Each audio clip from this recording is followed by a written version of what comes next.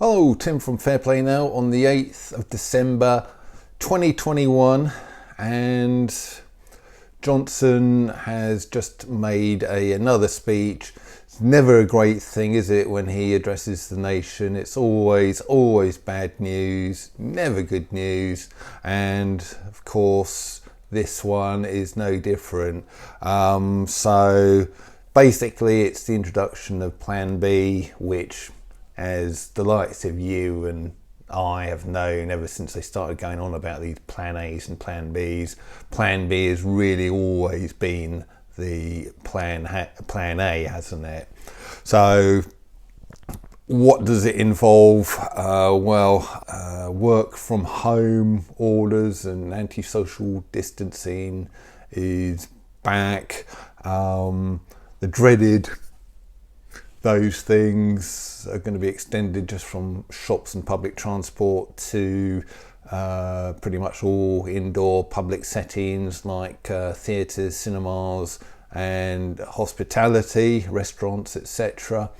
And the worst of all really is the introduction of big V passports in England.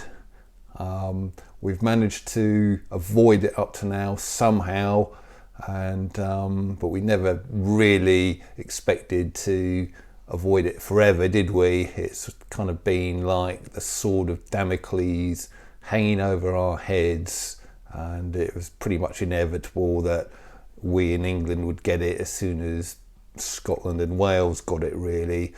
So very worrying, just the start of the whole New World Order social credit thing, very thin end of the wedge.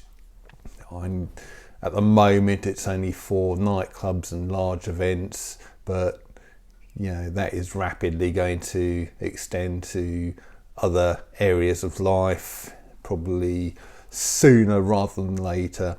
So that's this thing that we've been trying to fight against, the dreaded V passes. I just can't believe that I'm living in a country where these things are coming in, and a certain segment of the population is going to be second-class citizens. Absolutely disgusting as far as I'm concerned, and not a proud day in English history, I would say. Kind of just goes back to that day in, can't remember if it's, I think it's July, wasn't it, when the care home staff mandate was introduced. Another day of infamy, and here is our second day of infamy. Well, there's been plenty of them, isn't there? But this is really going over the Rubicon, as it were. Not the Omicron, but the Rubicon, crossing up the Rubicon. So, I don't know. I'm just, the evil keeps marching on. But rest assured, I'm certainly not going to be doing that when I go into restaurants. I've got a few restaurant visits coming up, and I'm certainly not going to be wearing one of those. They can go and stuff it, as far as I'm concerned, as far as that's concerned.